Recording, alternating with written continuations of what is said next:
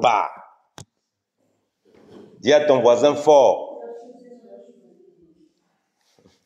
Et pour les mariés, ils ont vraiment choisi la bonne part. Qui ne laissera point ôter. Parfois, quand je dis à ton voisin que tu as choisi la bonne part, les mariés se regardent souvent. S'ils sont dans les palabres, ils se disent, est-ce que c'est vraiment la bonne part que j'ai choisie? Ils sont dans palabres, mais quand ça va bien, ils sont contents, ils sont souriants. Et ça, c'est la bonne part que j'ai choisie. Que le nom du Seigneur soit béni. Que Dieu soit encore béni dans nos vies, dans vos vies. Et que le Seigneur ne cesse de nous accompagner chaque jour dans tout ce que nous faisons pour sa gloire. Amen. J'aimerais prier. J'aimerais nous inviter à prier. À prier pour rendre grâce à Dieu. Si vous pouvez vous lever, bien-aimés dans le Seigneur, j'aimerais vraiment qu'on prie. On prie chacun pour rendre grâce à Dieu pour ce que nous sommes, pour ce que nous avons et pour ce qu'il permet dans nos vies. Oui, il veut qu'on fasse une prière pour rendre grâce. Père, nous voulons te bénir, ô Seigneur, pour ce que tu es, pour ce que tu fais, Seigneur, dans nos vies. Seigneur, parfois, nous ne te rendons pas grâce assez. Parfois, Seigneur, nous avons beaucoup d'attentes. Nous avons beaucoup de projets. Nous avons beaucoup de questions. Nous avons beaucoup de frustrations. Nous avons beaucoup d'inquiétudes. Seigneur, mais nous voulons te rendre grâce pour ce que tu es, pour ce que tu fais, parce que tu fais beaucoup dans nos vies. Seigneur, même rien que le fait de se réveiller, Seigneur, c'est une grâce. Rien que le fait d'être ici ensemble, de pouvoir communier ensemble, Seigneur, c'est une grâce merveilleuse. Seigneur, oui, parfois, nous ne réalisons pas. Voilà pourquoi nous voulons te rendre grâce, Seigneur. Nous voulons te rendre grâce, ô Seigneur, Papa, en ce moment, ô Dieu. Oui, Père, par rapport à ce que tu es, par rapport à ce que tu nous apportes et par rapport à ce que tu nous accordes, ô Dieu. Béni sois-tu, ô Seigneur, de ce que tu nous transformes encore, ô Seigneur, de gloire en gloire, ô Père, pour nous appuyer sur toi, pour compter sur toi, ô Seigneur. À toi soit la gloire encore, ô Père, à toi soit l'ange, ô Papa, dans le nom de Jésus-Christ de Nazareth. Amen. Amen. Que le nom du Seigneur soit béni. Vous pouvez vous asseoir, soyez abondamment bénis. Bien-aimés dans le Seigneur, il y a plusieurs choses qui me trottent dans le cœur de nous partager. Mais ce que je veux nous partager aujourd'hui, c'est comment porter du fruit. Comment porter du fruit. C'est une question que je reçois aussi parfois beaucoup de la part des bien-aimés. Comment porter du fruit? Et la question là se pose aussi parce que les gens font plein de choses, les gens font beaucoup d'activités, les gens ont l'impression qu'entre ce qu'ils font et ce qu'ils ont comme résultat, c'est très peu. Les gens ont l'impression qu'ils ne progressent pas dans leur marche en tant qu'enfants de Dieu et ils se posent des questions par rapport aux fruits. Est-ce qu'ils portent vraiment du fruit? Certains même, ils en viennent à remettre en question leur salut. Est-ce qu'ils sont vraiment sauvés? Est-ce qu'ils sont vraiment enfants de Dieu? Alors j'aimerais qu'on réponde à cette question, pas enseignement, parce que là, ce ne serait pas une prédication ordinaire, ce serait vraiment pas enseignement, parce qu'il y a beaucoup d'enseignements sur le porter du fruit, tout ça. Et quand ce n'est pas bien cadré, alors les gens se retrouvent dans ces genres de frustrations et dans ces genres de questionnements dans leur vie, face aux difficultés qu'ils rencontrent, ou bien face aux situations qu'ils vivent dans leur marche. Donc, ce matin, j'aimerais que quand toi et moi nous sortions, déjà, j'ai répondu à une question, que nous comprenions que nous portons du fruit, même si nous ne voyons pas les fruits là. Alléluia. Un enfant de Dieu porte du fruit. Maintenant, à quelle échelle il porte du fruit? Ça, c'est une autre chose. Je répète encore, tout enfant de Dieu, véritable, porte du fruit. Même s'il ne voit pas ce fruit à l'échelle que lui l'imagine. Porter du fruit, ce n'est pas en fonction de comment nous examinons, comment nous investissons. C'est-à-dire, je n'imagine pas le fruit. Par exemple, je prends un exemple. Lorsque quelqu'un fait son champ, il a sémé, il a planté plein de trucs. Il attend le résultat en fonction du nombre qu'il a planté, qu'il a sémé. C'est pas comme ça dans le Seigneur. C'est pas ce genre de calcul. Et c'est à cause de ce genre de calcul que les gens ont du mal déjà à savoir comment porter du fruit de façon pérenne, donc de façon durable, et être conscient que le fruit grandit au fur et à mesure et qu'ils ont chacun un peu, ça progresse. Dieu veut toujours les amener un peu plus. Pourquoi? Parce que les gens sont rentrés dans un système des œuvres et non de la foi qui produit des œuvres. C'est-à-dire qu'ils calculent. Il y a même des gens, parce que j'aime beaucoup le moment de prière, ils calculent le nombre d'heures qui passent dans la prière. Je dis, il se lève le matin, dit, j'ai fait mes prières de lundi à dimanche, je vais prendre 20 minutes, ça va faire tel nombre de temps, tel nombre. Donc, il calcule. Et quand il calcule, il voit les problèmes qu'il a. Il voit les situations. Donc, à la fin du mois, il calcule le nombre d'heures qu'il a passé dans la prière. Mais il regarde les résultats qu'il a dit, mais c'est quoi ça? Ça ne va pas. Ce n'est pas la foi. Ce n'est pas la foi. C'est bien de prier. C'est bien d'avoir son temps. 15 minutes, 5 minutes, 30 minutes, 1 heure pour chacun. C'est très bien. C'est un moment dans lequel, effectivement, on s'aime dans le Seigneur. Mais le calcul qui vient maintenant derrière, ça c'est pas le Seigneur. Ça, c'est la chair. Parce que ça ne fonctionne pas comme ça avec le Seigneur. Il veut que tu aies du temps avec lui. Mais tu ne peux pas définir avec le temps comment tu vas porter toi du fruit. Parce que le fruit, c'est le Seigneur qui le fait grandir chez toi. Alléluia. C'est pas toi qui définis. Ni l'accélération, ni la vitesse, ni les saisons, ni les temps. C'est pas toi qui définis. Tu ne peux pas définir les saisons, les temps, les qualités des fruits qui vont sortir. C'est le Seigneur qui sait, à un moment donné, j'ai besoin de former la patience dans mon fils à tel moment, à telle période de sa vie, parce que ce qu'il va traverser, il aura besoin plus que jamais de la patience.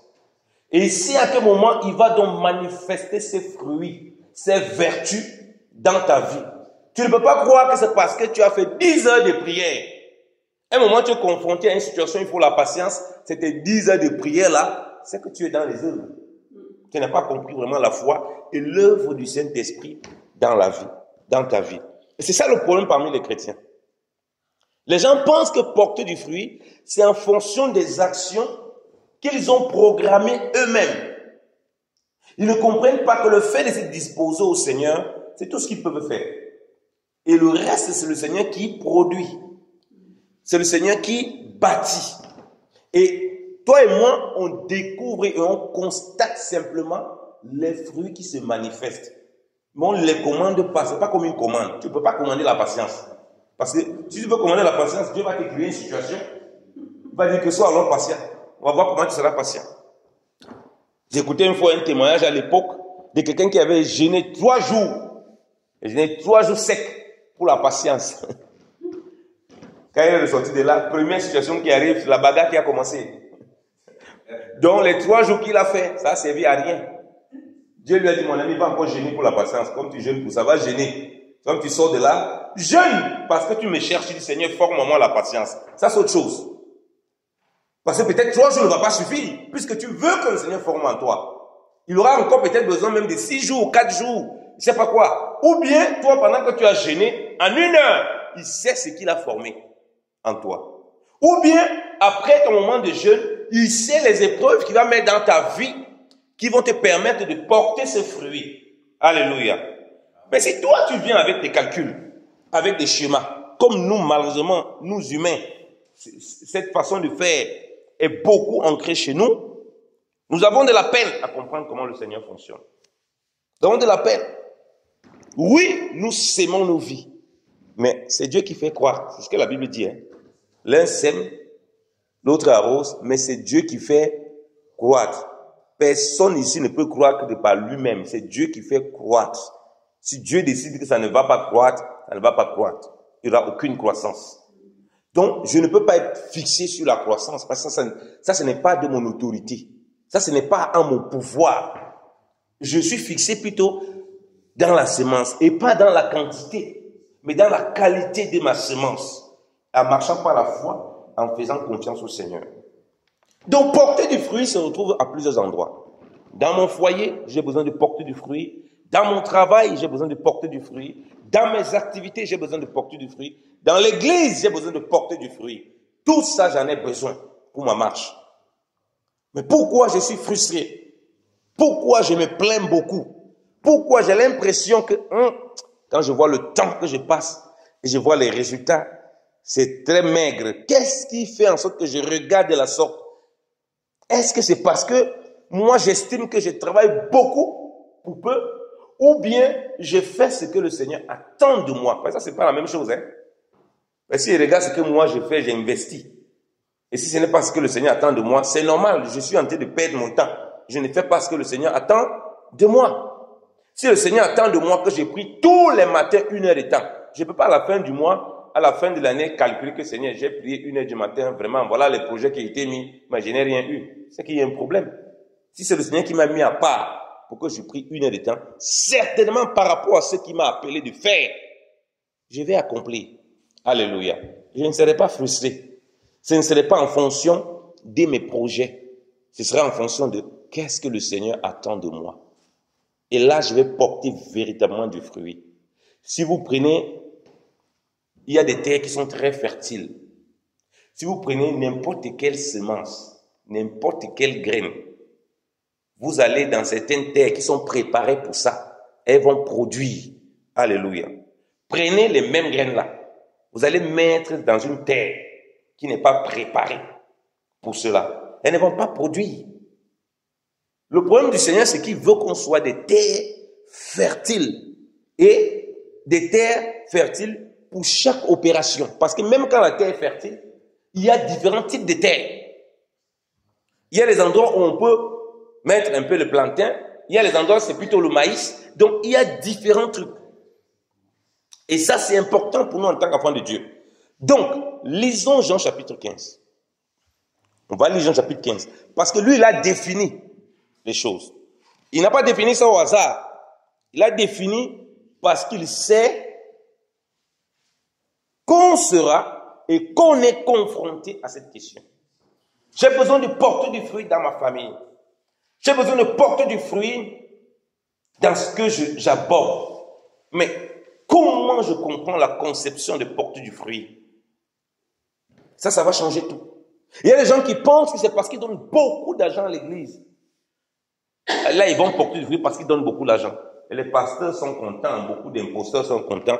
Donne, sème. À force de s'aimer, tu vas récolter, tu vas rien récolter. Si toi, tu viens dans cet esprit, tu n'auras rien. Tu vas être frustré. Tu vas te choquer. Parce qu'il n'y a pas la foi dans ce que tu fais. Il n'y a pas le désir de suivre le Seigneur. Il n'y a pas le désir de marcher comme il veut, mais de faire ce que toi tu as envie parce que tu as envie de récolter comme ça te plaît. Jean chapitre 15, à partir du verset 1. Il dit, « Je suis le vrai cep et mon père est le vigneron. Il retranche tout le sarment qui ne porte point de fruit en moi. Et il émonde tout celui qui porte du fruit, afin qu'il porte plus de fruits, ou bien il porte davantage de fruits, selon la traduction que vous avez.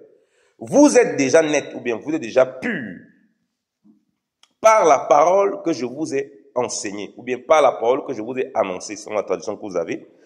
Demeurez en moi et moi en vous. Comme le sarment ne peut point de lui-même porter du fruit, s'il ne demeure au cep, vous ne le pouvez point aussi si vous ne demeurez en moi. Je suis le cep et vous êtes les sarments. C'est lui qui demeure en moi et moi en lui, porte beaucoup de fruits, car hors de moi, vous ne pouvez rien produire. Si quelqu'un ne demeure point en moi, il est jeté dehors comme le sarment et il sèche. Puis on l'amasse et on le met au feu et il brûle. Et si vous demeurez en moi et que mes paroles demeurent en vous, demandez tout ce que vous voudrez, il vous sera fait. En ceci, mon Père est glorifié, que vous portiez beaucoup de fruits, et vous, écoutez bien la conclusion du Seigneur, et vous serez alors mes disciples. Comme le Père m'a aimé, ainsi je vous ai aimé, demeurez en mon amour. Si vous gardez mes commandements, vous demeurerez en mon amour. Comme j'ai gardé les commandements de mon Père et je demeure en son amour. je vous ai dit ces choses afin que ma joie demeure en vous et que votre joie soit parfaite. Alléluia. Voilà un texte merveilleux qui est un enseignement puissant de la part du Seigneur. Les disciples vous savez, chez les Juifs, on parle beaucoup de l'agriculture. Il y a beaucoup d'agriculture. Il y a des gens qui ont des brebis, les gens qui ont des fermes, les gens qui cultivent. Donc, ils ont beaucoup cette notion. Des semences, des récoltes, des fruits, d'arbres fruitiers. Comme on voit au jardin d'Éden. Il y a beaucoup cela dans leur culture. Lorsque on voit Dieu sortir le peuple d'Israël, il y a beaucoup cette notion. C'était un enseignement que Dieu leur donnait. On aura, si le Seigneur le permet, un jour de parcourir toutes ces choses pour parler de la vie chrétienne par rapport à toutes ces choses que Dieu montre. Dieu montrait au travers des enfants d'Israël, qui est une figure de l'Église en Christ.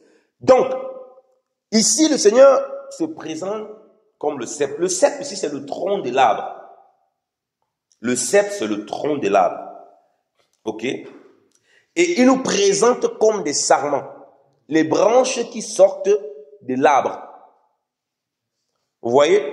Il nous présente comme des branches qui sortent de l'arbre. Mais il ne s'arrête pas là. Contrairement aux autres branches, il y a quelque chose qui les différencie. Il dit, demeurez en moi, et moi je demeure en vous. Donc, il y a une communion qui scelle la relation entre le sarment et le cep. Si vous coupez une branche, les fruits ne peuvent pas sortir de cette branche. Si vous prenez une branche, vous la racolez, un arbre, les fruits ne vont pas sortir de ces branches.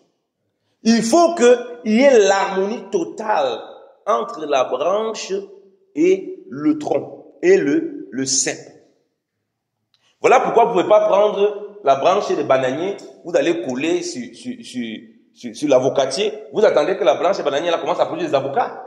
Ça ne se passe pas comme ça. Le Seigneur, ici, il met l'accent sur la communion avec lui. Il ne met pas l'accent sur les œuvres que nous allons faire, sur la quantité de temps que nous passons. Vous voyez, bien aimé, c'est très important. Il ne met pas l'accent ici sur les problèmes que nous pouvons rencontrer, sur les difficultés que nous pouvons avoir, sur les projets que nous avons, dont nous estimons que nous devons porter du fruit, ou bien ce sont des projets vraiment du Seigneur. Donc il ne s'agit pas ici que ce pas des projets du Seigneur ou pas. Il met l'accent sur le fait que c'est lui qui est le point central. C'est lui qui doit être l'objet de toute notre attention. Que ce soit dans l'assemblée, si l'assemblée veut porter du fruit, que ce soit dans mon foyer. Le mari n'est pas le point dans la maison. La femme doit porter le regard sur le mari, c'est clair. Pareil, le mari doit porter le regard sur la femme. Mais ce n'est pas le point principal. Pour que je porte du fruit dans mon foyer, j'attends que ça me fasse porter du fruit dans mon foyer. C'est en lui que je demeure. Alléluia. Et parce que je demeure en lui, il ne dit pas que vraiment, si ça te plaît, vraiment, si vraiment, bon, on va voir si les fruits vont sortir. Non! Il dit quelque chose qui est catégorique, qui est incontestable. Soit c'est un menteur, on ne l'écoute plus, on choisit notre route, on fait ce qu'on veut. Il dit donc à cet homme, à cette femme, qui est par exemple, je prends le cas du foyer, que si tu demeures en moi et moi je demeure en toi, il dit que tu portes certainement du fruit. Donc le problème, ce n'est pas les calculs qu'on fait, le problème c'est est-ce qu'on demeure vraiment dans le Seigneur, c'est-à-dire demeurer dans sa parole, demeurer dans les voies qu'il attend de nous. C'est ça la question. Parce qu'on peut venir se plaindre, Seigneur, j'ai fait tel. Mais la question qu'on va nous poser, mais j'ai dit ici, il faut demeurer en moi. J'ai dit comment il faut porter du fruit. On t'a enseigné beaucoup de choses. Fais ça, c'est bien. Mais moi, j'ai résumé tout ça à demeurer en moi. Est-ce que tu demeures à mes pieds? Là, c'est là où on commence à bugger. Est-ce que tu demeures à mes pieds? Est-ce que tu demeures pour chercher la solution auprès de moi? Quand tu prends le temps de prier, est-ce que ce n'est pas vite fait, rapide pour avoir une solution, une technique, vite fait pour résoudre tes problèmes? Et tu crois que tu as résolu le problème, ça s'empire. Et c'est ce qui se passe dans des foyers. Et c'est ce qui se passe dans nos vies. Nous avons beaucoup de projets. Nous avons beaucoup de choses que nous devons faire. Nous servons simplement du Seigneur. Nous ne servons pas le Seigneur, nous servons de lui. Nous prions vite fait. Nous prions rapidement. Nous exposons le projet. Nous ne voulons pas écouter ce que Dieu dit. Mais si Dieu dit que non, ça l'arrête d'abord. C'est la bagarre qui commence. Et Dieu va le dire peut-être en disant un frère, en disant une sœur, en disant un serviteur de Dieu. On dit non, non, non, non, non. Ça c'est pas la voix de Dieu qui parle là. Arrière de moi, Satan. Parce qu'on ne demeure pas dans le Seigneur pour savoir comment il faut porter du fruit de façon permanente. Donc, et il précise au verset 4 que le sarment ne peut point de lui-même porter de fruits s'il ne demeure au cep. Il dit, vous ne le pouvez point aussi si vous ne demeurez en moi. Personne ne peut porter du fruit s'il ne demeure dans personne. C'est pas là, on n'est pas ici dans la religion. Les œuvres que certains font, semblant de faire les œuvres là, ce n'est pas les fruits de l'esprit. Les gens dans le monde, même les sorciers, les plus grands francs-maçons, ils font beaucoup de dons. Mais ce n'est pas, ça c'est pas le fruit. Quand on parle de fruit, on voit l'accent de l'esprit de Dieu. C'est ça qui est différent d'une œuvre. Une œuvre, tout le monde peut se confondre. Voilà pourquoi dans la Bible, les œuvres sont parfois dans le Seigneur, sont appelées fruits. On dit, Paul dit à Tite de reprendre Tite chapitre 1. Ceux qui avaient une mauvaise foi là, les Crétois qui pillaient avant que leur foi soit saine. Et il demande aux chrétiens de pratiquer les bonnes œuvres afin qu'ils ne restent pas sans fruits. Parce que les œuvres qu'ils devaient produire, ils doivent avoir la marque du Seigneur. Et c'est là où ça devient un fruit qui donne la vie. Parce qu'on voit Christ au travers du fruit. On voit Christ au travers de l'œuvre. Donc c'est un fruit qui est agréable à Dieu. Mais si c'est pour les œuvres comme ça, les gens le font. Plein dans le monde. Parce que lorsqu'on voit la notion de fruit, on voit les vertus de l'esprit. Vous connaissez le fruit de l'esprit qui est décrit. Parce que quand on parle des fruits ici, on ne s'arrête pas au fruit de l'esprit. On parle de la globalité de la manifestation du Saint-Esprit. Là-dedans, il y a les dons spirituels.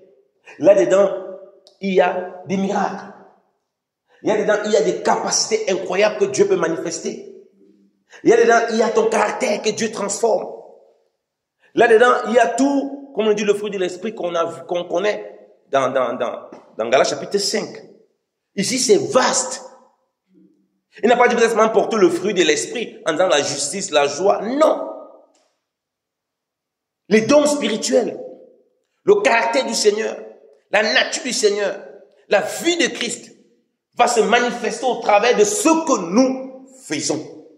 C'est là où il dit nous portons du fruit. Sinon, autrement, nous ne sommes pas différents des païens. Restons associés, nous faisons des associations selon le monde et faisons plein d'œuvres sans le Seigneur.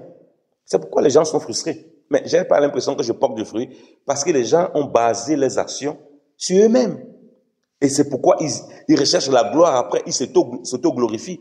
Dans leur lieu secret, c'est moi.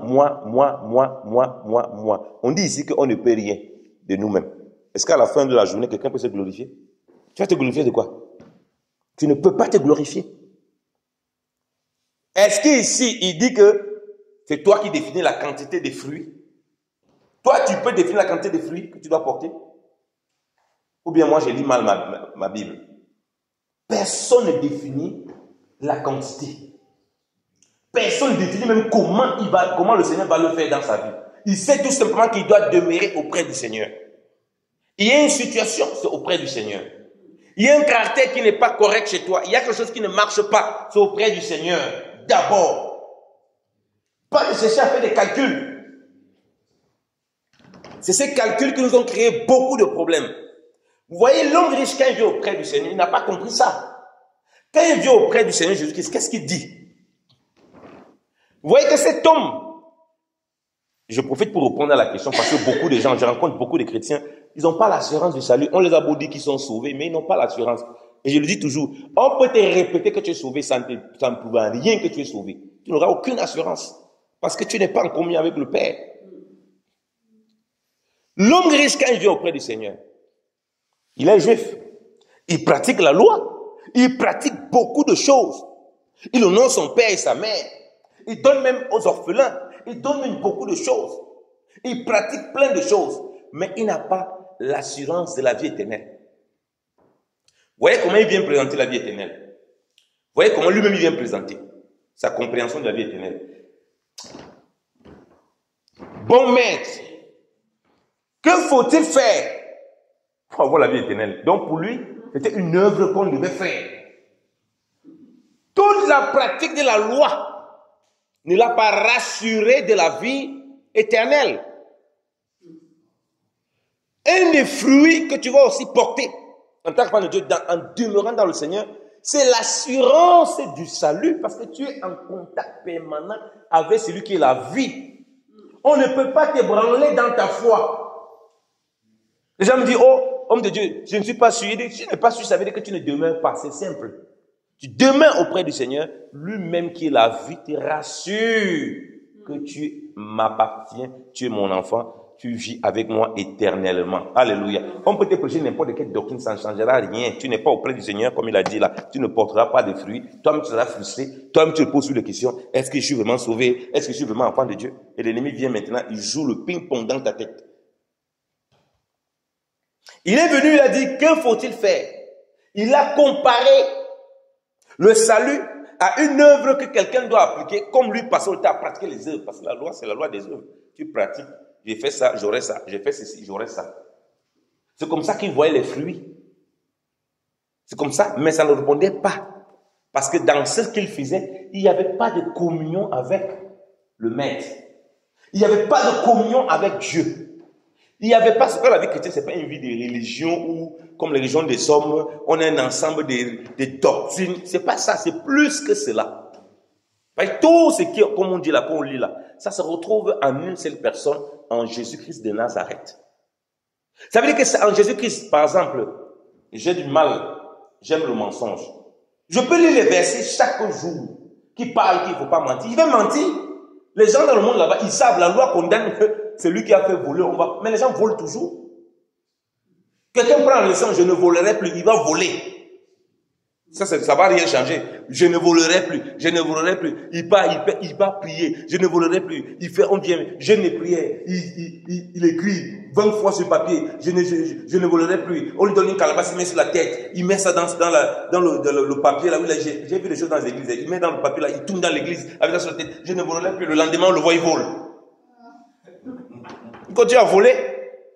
Parce qu'on n'a pas compris ce principe. Il faut porter du fruit. Parce que dès que le fruit, vous voyez, de l'amour du Seigneur va se manifester en lui, le vol va automatiquement commencer à disparaître dans sa vie. Alléluia. C'est pas l'inverse. On peut lui dire, il ne faut pas voler, c'est pas bien, pour qu'il soit conscient que le vol n'est pas une bonne chose. Mais c'est pas ça qui lui permet d'être délivré du vol. Ce qui lui permet d'être délivré du vol, c'est parce qu'il demeure dans le Seigneur et le fruit du Seigneur qui se manifeste commence à faire qu'il commence à abandonner le vol, il commence à abandonner le mensonge, il commence à abandonner les pratiques bizarres. Et là, il commence à porter du fruit dans sa vie chrétienne. Il n'est pas frustré.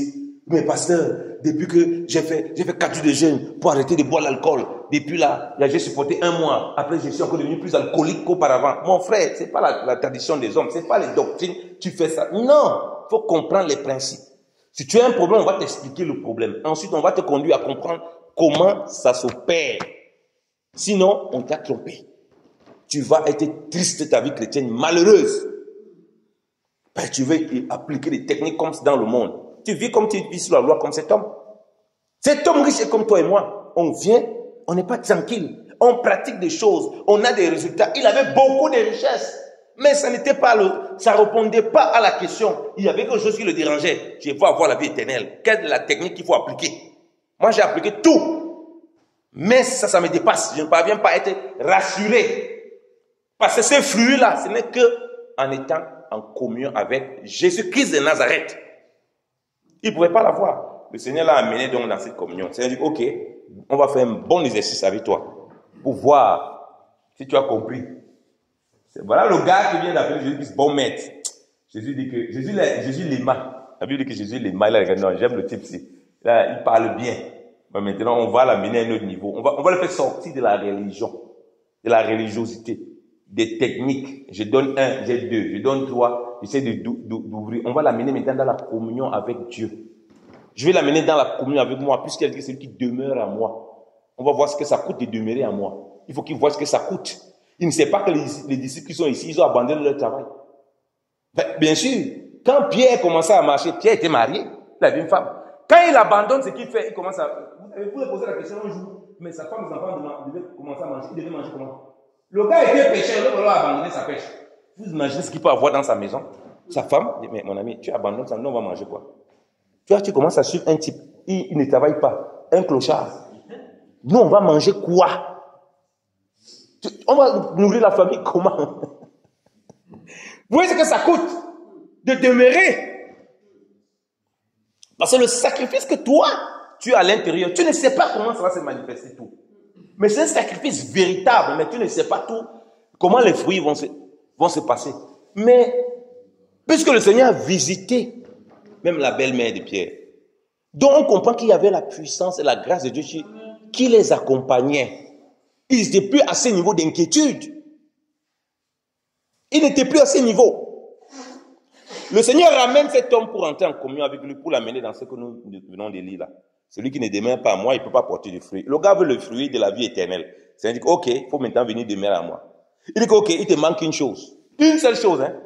Il demandait, non, il avait demandé que, mais qu'est-ce qu'il faut pour avoir la vie éternelle? Il dit, non, mon type, il te manque une chose. Tu as tout bien réussi. Donc, tu as presque 20 sur 20. Mais il manque une chose. Une chose. Va. Tes richesses là. Vends tout ça. Distribue-le aux pauvres. Viens, tu me suis. Le gars a regardé Jésus, il a dit que je ne vends pas, je ne distribue pas, je ne te suis pas. Je rentre chez moi. Le gars qui venait d'appeler bon maître, le gars a abandonné la vie éternelle. Voilà la vie éternelle qu'on lui a donnée. Il a dit que je ne veux pas. Parce qu'il est venu demander une technique.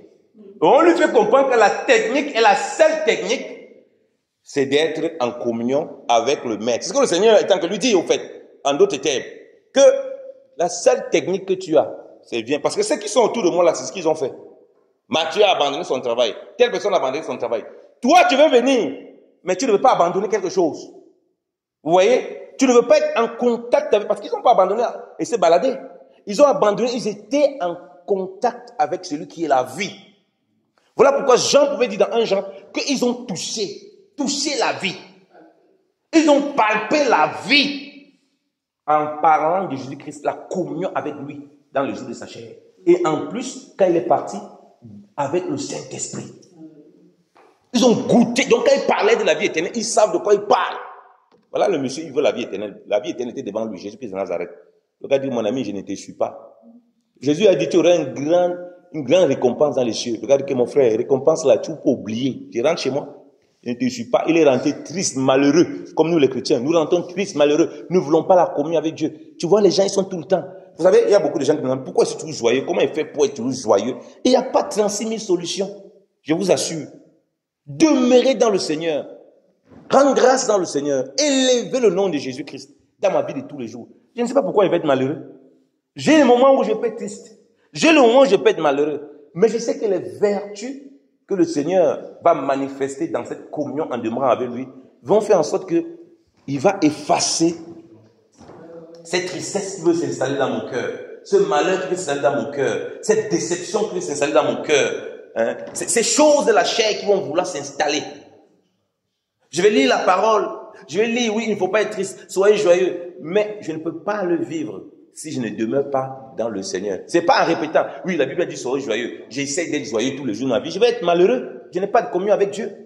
Christ est venu se mettre comme au centre de tout ce que tu peux avoir comme recommandation, commandement, tout ça, parce que tout ça se trouve en lui. Alléluia. Donc, comment porter du fruit? Déjà comprendre qu'en tant qu'enfant de Dieu, il a fait de nous les serments, et son but, c'est que nous portons du fruit. Et il dit de demeurer en lui, et sans lui, on ne peut rien faire. Écoutez, quand on dit qu'on ne peut rien faire, est-ce que toi et moi, on s'est imaginé qu'il n'y a pas quelque chose? Il dit bien, il n'y a pas un truc Si on se dit enfant de Dieu, parce que les païens disent, on n'a pas besoin de Dieu. C'est normal, ils sont païens. Il n'y a pas un seul truc que tu peux faire dans ta vie où tu n'as pas besoin de Christ. Et c'est ça dont le problème. Il n'y a pas un seul. Si toi et moi on le comprend vraiment, je vous assure que Dieu nous fera voir les fruits qu'il nous fait porter et qui vont aller même au-delà de ce que nous pouvons imaginer. Nous avons tendance, et les gens ont tendance à croire qu'il y a quelque chose qu'ils peuvent faire étant en Christ, dont tu n'as pas besoin de Jésus-Christ de Nazareth.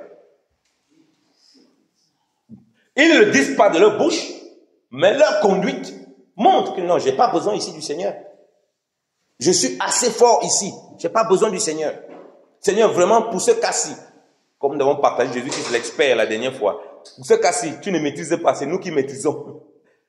Il dit, vous ne pouvez rien sans moi. Donc ce n'est pas en fonction, comme je dis, du temps, des qualités, des choses, non, je peux tout avoir ça. Mais si le Seigneur n'est pas là, s'il n'est pas la priorité, si ce n'est pas pour lui que je fais, si ce n'est pas celui que je compte, si ce n'est pas lui qui me fait porter ses fruits, je perds mon temps, je ne pourrai pas porter les fruits comme il veut, et je vais rester toujours dans la frustration, je vais rester toujours dans l'angoisse, je vais rester toujours dans des calculs humains, je vais rester toujours dans le regard humain, avec les yeux de la chair. Mais pourquoi je prie comme ceci, je fais telle chose, Seigneur, mais pourquoi? C'est normal, en tant qu'humain, on a ces sentiments. Mais il veut nous ramener à comprendre comment ça marche. Et ici, il nous explique comment ça marche. Vous voyez? Regardez ce qu'il dit au verset 7. Et ça, c'est un verset qui va nous encadrer dans la manifestation de comment les fruits sont portés. Parce que les fruits sont portés en fonction de comment et où Dieu nous a appelés. Alléluia. On a tous les fruits. On va tous porter des fruits. Chacun à une échelle quelconque que le Seigneur aura décidé. Mais c'est en fonction où le Seigneur nous a mis. Il dit ceci. Si vous demeurez en moi et que mes paroles demeurent en vous, demandez tout ce que vous voudrez, il vous sera fait. Hey, ça c'est formidable ça. Écoutez-moi bien dans le Seigneur, on parle des fruits, non? Vous voyez maintenant qu'il dit, il a commencé à parler des fruits et il décrit. Il explique que dans ce qui va se passer, quand il va s'agir de porter du fruit, tout ce que toi et moi on va demander, il nous sera accordé. Mais il précise bien, celui qui demeure en moi et mes paroles demeurent en vous. Vous voyez, il met une condition. Si vous demeurez en moi et mes paroles demeurent en vous. Écoutez, si on commence à demeurer dans le Seigneur, ses paroles demeurent en nous, ça veut dire en ce moment, ce n'est plus ma volonté qui compte. Alléluia. Ce n'est plus ce que je vais demander.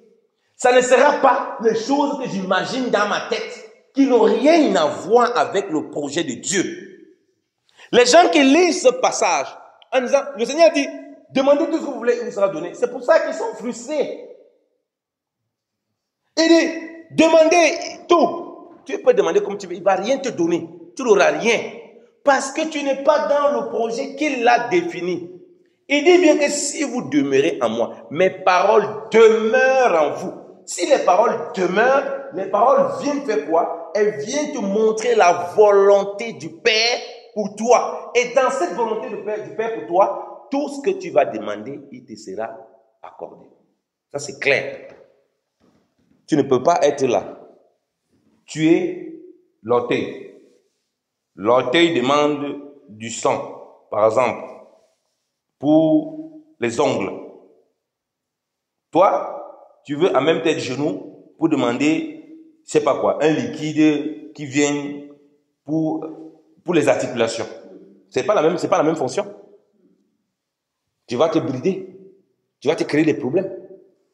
Tout ce que tu vas demander serait en fonction du fait que le Seigneur, tu demeures en lui, ses paroles demeurent en toi.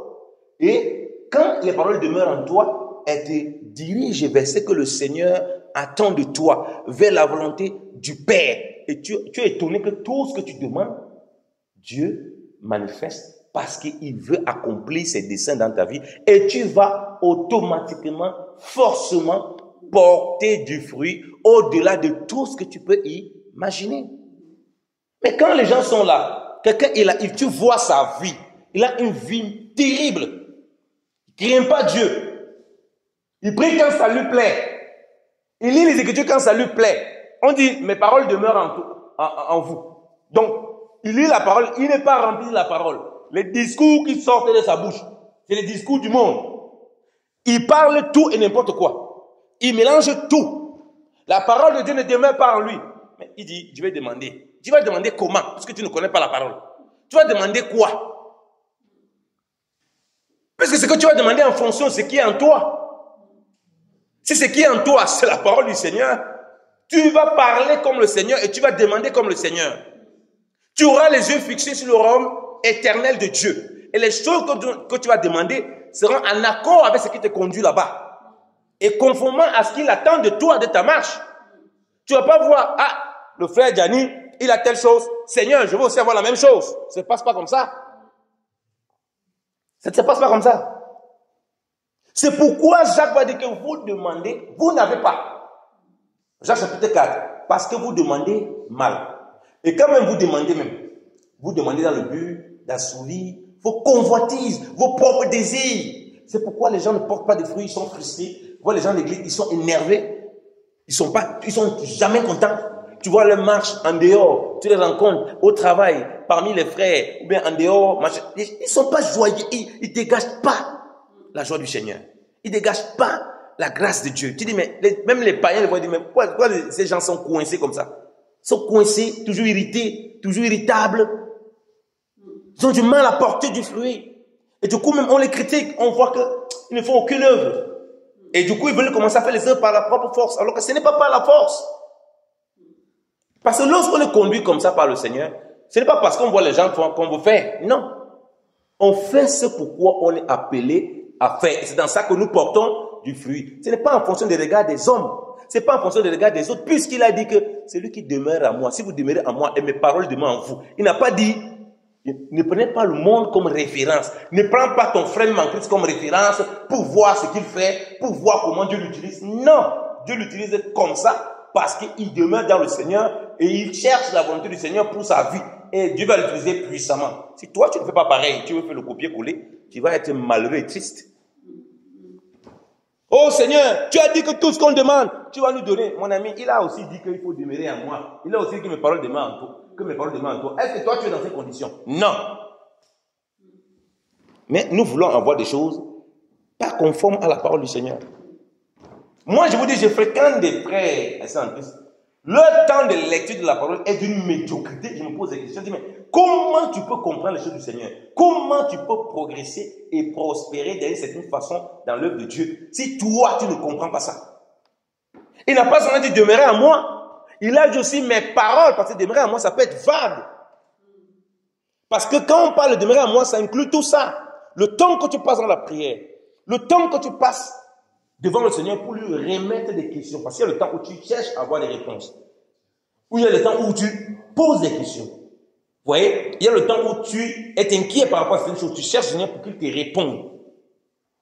Il y a le temps où tu prends la parole. C'est aussi chercher le Seigneur pour comprendre sa parole, pour comprendre son projet, pour comprendre son projet pour toi, pour comprendre son projet par rapport à ce que tu veux faire, par rapport à ta vie, par rapport à ta marche, par rapport aux fruits, par rapport aux défauts que tu peux avoir, par rapport à un péché peut-être qui te perturbe, par rapport à certaines choses que tu ne comprends pas. Ça demande de l'investissement. Mais les gens ne veulent pas investir, s'aimer la vie dans le Seigneur, mais ils veulent avoir les fruits qui viennent du Seigneur. Ça, c'est complètement insensé. C'est pourquoi les gens, comme ils disent, ils ont du mal à porter du fruit. On a du mal à porter du fruit, c'est pour ça. Hein? On est occupé à beaucoup de choses. On court derrière beaucoup de choses. Voilà pourquoi il a dit, au verset 11, « Je vous ai dit ces choses afin que ma joie demeure en vous et que votre joie soit parfaite. » Vous voyez que le Seigneur a son but. Il ne veut pas qu'on soit seulement joyeux. Il veut qu'on ait une joie parfaite. Ça veut dire qu'en tant qu'enfant de Dieu, on peut avoir une joie qui n'est pas parfaite. Le désir, puisque nous marchons vers la statue parfaite de Christ, du Seigneur, c'est qu'on ait une joie parfaite.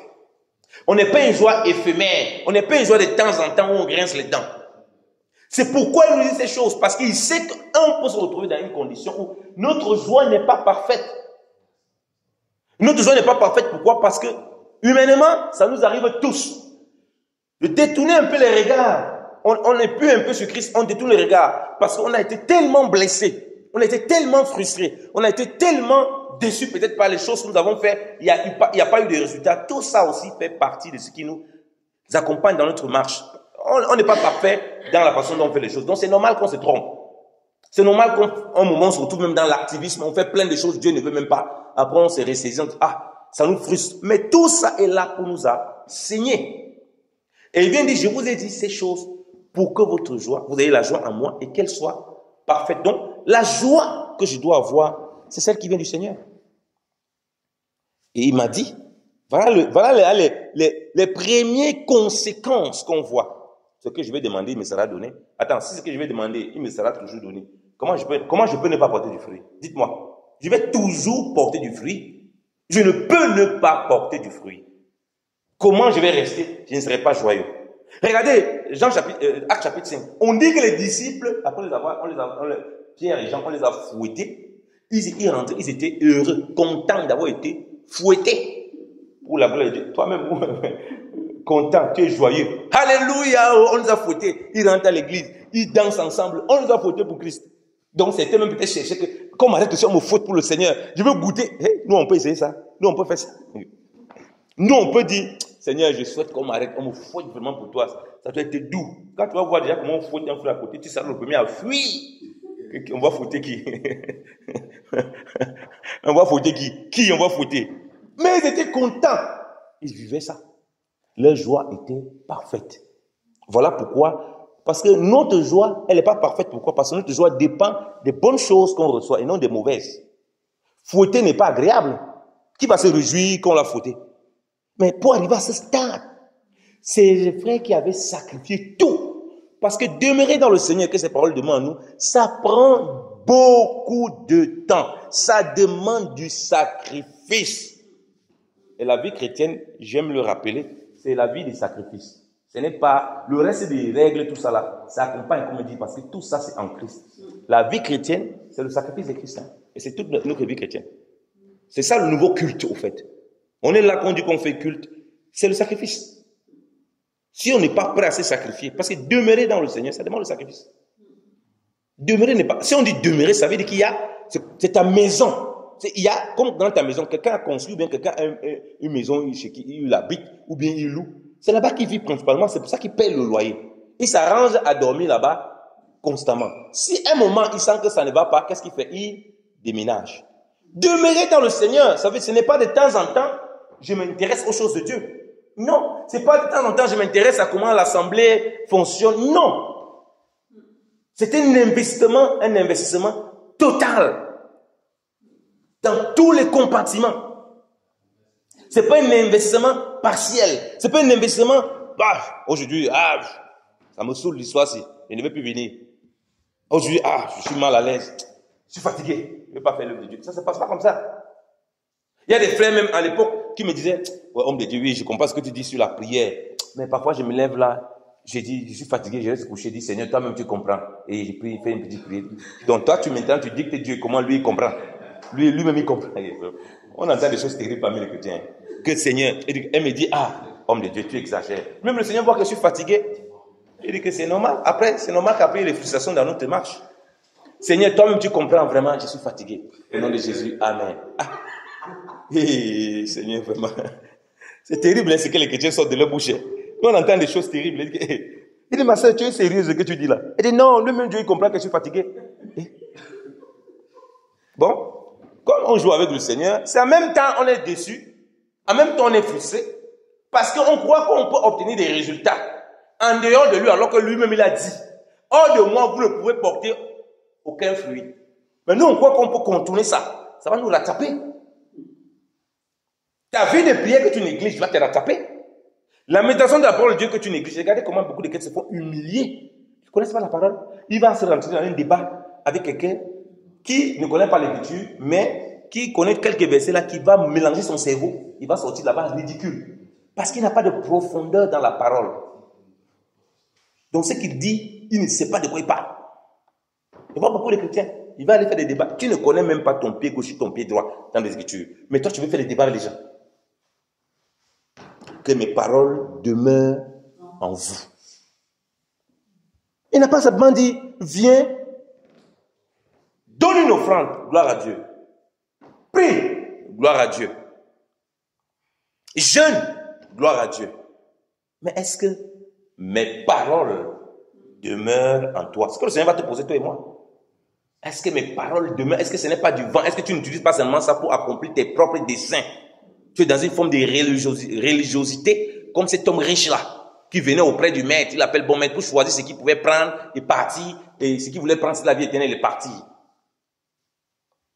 Pourquoi nous ne sommes pas joyeux dans le Seigneur? Pourquoi nous sommes frustrés? Pourquoi nous sommes tout le temps déçus? Pourquoi nous avons l'impression qu'on ne s'en sort jamais? Le Seigneur va aller plus loin. Verset 8, il dit ceci. En ceci, mon Père est glorifié, que vous portiez beaucoup de fruits et vous serez alors mes disciples. Il allait plus loin. Il fait même comprendre que on reconnaît les disciples, ces disciples, parce qu'ils portent beaucoup de fruits. Regardez-vous même le standard du Seigneur. C'est lui qui définit comment on doit porter des fruits. Et c'est lui qui sait qui porte du fruit. Il dit que c'est en ça que moi je vous reconnais comme mes disciples. Donc c'est pourquoi il dit qu'on ne peut pas dire qu'on est disciple du Seigneur, on ne porte pas du fruit. Peut-être on porte, mais nous on a des yeux tellement fixés sur des choses qui nous dépassent. Ou bien nous on n'a pas compris comment le Seigneur opère. Et du coup on veut opérer à notre façon et on est frustré. Moi je veux que ce soit aujourd'hui, ce matin, quand tu sors, qu'il n'y a plus de frustration dans ta marche au nom de Jésus. Que quand tu sors là, comme il a dit que je vous donne ma joie là, je veux que votre joie soit parfaite, que tu désires cette joie parfaite auprès du Seigneur. Et tu vas porter des fruits même qui te dépassent toi-même, tu seras surpris des fruits que tu portes. C'est les gens eux-mêmes qui vont venir te dire, ah, tu as des qualités exceptionnelles. C'est pas toi qui vas même constater ça. C'est les gens eux-mêmes qui verront la grâce et la bonté de Dieu, la puissance de Dieu qui se manifeste dans ta vie. Parce que tu demeures dans le Seigneur. Oui, tu peux demander que Dieu manifeste la puissance. Oui, tu peux demander toutes les choses. Mais tout ça est inclus dans demeure en moi et que mes paroles demeurent. Tout ça est contenu dans ça. C'est le secret pour porter du fruit. Même si on t'enseigne n'importe quelle technique, si tu sors de ça, tu vas rester dans la frustration. Tu vas être déçu. Donc, tu ne peux pas abandonner la prière. On m'a trop engueulé aujourd'hui au travail. Au lieu de prier, je vais boire une bonne bière. Ça va calmer mes nerfs. Ça va pas calmer tes nerfs, mon ami. Hey, chrétien, j'entends des choses. Hein. Ah non, vraiment. Non, pasteur Yannick, laisse-moi vraiment. Aujourd'hui, là, il y a un collègue qui m'a vraiment, il m'a mis les nez à vif. Je vais boire un bon vin. Je vais rendre grâce à Dieu. Non, frère, va prier. Ça ne va pas résoudre le problème. Tu vas dormir. Les problèmes là, les nerfs là, ça va nager dans l'alcool là, ça va nager dans le vin là. Le lendemain, ça va te retrouver en face. Tu viens le lendemain. Mais pourquoi il m'a parlé comme ça même? Pourquoi il se prend? Pourquoi il se prend même? Tu avais dit que l'alcool, ça devait te calmer, non? Que la Bible dit que ça adoucit. Ça ne t'a pas adouci. Parce que tu n'as pas compris le principe du Seigneur. Hein, tu vois, les hommes parfois dans le foyer, il se fâche avec sa femme. Non, je ne mange pas la nourriture là. Vraiment, tu m'as mal parlé. Tu m'as mal parlé. Je préfère voir vraiment un bon match. Ça va me calmer un peu la tension. Ça va pas calmer aucune tension, mon ami. Tu vas te lever le matin. Le match est fini. L'effet de la chair est fini. Le lendemain, les problèmes te retrouvent en face. Je dis ce que nous-mêmes nous faisons souvent. Hein. Mais le Seigneur te dit, non, va prier. Reste en moi. Prends un temps. Bénis cette personne. C'est ça, demeurer dans le Seigneur. C'est que vivre sa vie. C'est ça, demeurer dans le Seigneur. Vis la vie du Seigneur par la foi. Frottement au travail. Tu sens la colère monter dans ton cœur. Tu sens les choses monter. Tu prends un temps. Tu peux aller aux toilettes. Tu parles un truc. Tu lèves une goutte de prière. Tu te reposes dans le Seigneur. Tu soupires. Tu te reposes dans le Seigneur. Je vous dis ce que moi-même je pratique. Tu pries. Tu rends grâce au Seigneur. Tu vois déjà non seulement comme le Seigneur te calme. Quand tu sors, le collègue qui était furax là, tu t'attendais même pas. C'est lui qui vient te demander des excuses. Il essaye que vous arrangez. Gloire à Dieu. Alléluia. Et là, tu es en train de demeurer. Tu vois les fruits qui sont en train d'être portés. Sans que toi, tu n'aies fait des calculs bizarres. Voilà, chrétien. Il me parle comme ça, il se prend pour qui? Dans son cœur, il dit, si le gars ne vient pas me demander pardon, prochaine fois qu'il essaye de passer à côté de moi, il va voir les paroles qui vont lui sortir. Ça, c'est à l'ennemi qui a gagné du terrain. Tu n'es pas en train de porter du fruit. Toi et moi, on ne porte pas du fruit. Parce que quand on porte les fruits, c'est qui mange les fruits? C'est les oiseaux qui viennent là et les hommes qui se servent. C'est la figure des hommes qui nous entourent, tant dans l'église, parce qu'on se nourrit des fruits. Les hommes qui nous entourent, ils sont comme des oiseaux. Ils sont comme ceux-là qui traversent l'arbre, qui voient, oh, il a des jolis fruits et qui veulent manger. Les hommes ont besoin de fruits. Les gens autour de nous, même les gens qui rejettent l'évangile, ils ne peuvent pas rejeter les fruits de Dieu.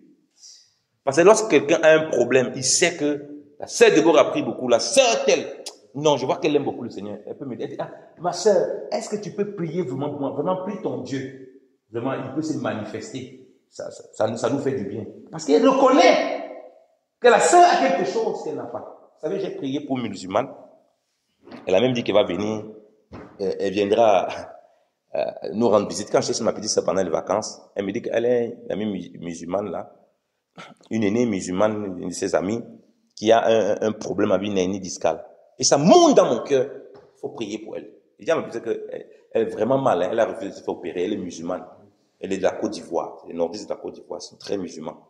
Ça monte vraiment dans mon cœur que non. Je dis à ma petite sœur Tati, il faut que je prie pour cette dame. Je sens que le Seigneur veut que je prie pour elle. Et elle ne parvenait pas à dormir. Elle avait des douleurs comme pas possible. Alors, ce n'est pas évident. Quand ma petite sœur lui dit d'abord, elle a d'abord ri au téléphone. Ah bon, on ne refuse pas la prière. J'ai prié, je suis monté, j'ai prié, je lui ai imposé les mains, son mari était là, j'ai prié. Puis j'ai rendu grâce au Seigneur, puis je suis rentré. Quelque temps après le témoignage, j'étais terrible. D'abord, la nuit, elle a dormi comme un petit bébé. Ça faisait longtemps, elle ne dormait plus comme ça. Elle passait le temps à rendre grâce à Dieu, dit, pardon, appelle ton grand frère là. Vraiment, même se couper comme ça, elle ne parvenait pas. Maintenant, elle se coupe, elle fait même les trucs. Ma petite s'est étonnée, parce que ma petite c'est aussi dans le médical. Elle n'en revient pas. Elle m'appelait pour me rendre ce témoignage. Écoutez, ça c'est pour la gloire de Dieu dans sa vie. Alléluia. Je n'avais pas programmé. Je ne savais même pas qu'il y avait quelqu'un qui était malade là-bas.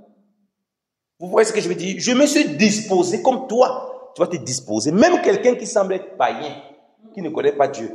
Ça peut être une parole de connaissance. Ça peut être un conseil. Les fruits, tu ne sais pas comment ils vont se manifester. Les gens ont besoin de manger ces fruits autour de toi. Mais il faut que tu demeures dans le Seigneur en demeurant toutes les situations qui peuvent se mettre en face de toi. Le Seigneur peut t'utiliser. Mais si toi, comme je dis, les gens sont frustrés parce que les gens définissent, ils veulent définir comment ça doit marcher, comment ils doivent faire, comment ils doivent avancer.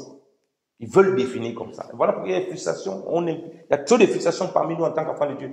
Personne ne doit me rendre malheureux. Moi, j'ai dit ça. Personne. La joie du Seigneur est ma force. Amen. Et la joie du Seigneur est ta force. Demeurons dans son amour. Je vais m'arrêter là, parce que sinon je vais être plus long, le temps est avancé. Donc, je résume. Comment porter du fruit? Demeurez en moi, le Seigneur a dit, et moi je demeure en vous. Et il a dit, vous ne pouvez porter du fruit sans moi. Impossible de produire du fruit sans lui. Il a continué, il a dit que mes paroles demeurent en vous. Donc, ça demande une vie dans la parole de Dieu. Parce qu'il ne peut pas demeurer en toi si tu n'es pas dedans. C'est impossible. Il y a des gens ici qui ne connaissent même pas 2-3 versets. Ils ne peuvent même pas te répéter 2-3 versets. C'est pas normal. Moi, mes enfants récitent des psaumes. Je les vois lorsqu'on marche comme ça, ils se mettent à réciter. Ce n'est pas un hasard, parce que ce qu'ils font là, c'est que la parole de Dieu demeure. Et en fait, demeurer en eux.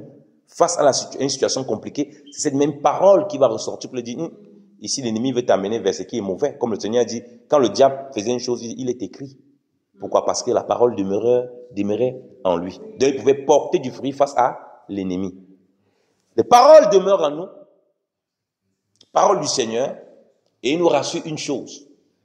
Tout ce qu'on va demander, il nous sera accordé. Et il nous dit qu'on va porter beaucoup de fruits. Portons beaucoup de fruits donc en restant dans ces principes du Seigneur. Et je vous laisse les détails dans votre marche. Et je crois que le Seigneur, dans chaque chose que vous allez faire, il va vous permettre d'exceller dans cela parce que vous serez dans la véritable sémence, la véritable parole qu'il a donnée. Tout le reste que vous pouvez voir, si porter du fruit, si seulement ça se retrouve ici dans ce qu'il a dit. Parce que ce qu'il a dit là est fondamental. C'est de ça, c'est de là que part tout le reste. Que la grâce et la paix du Seigneur soient avec tous au nom de Jésus. Amen.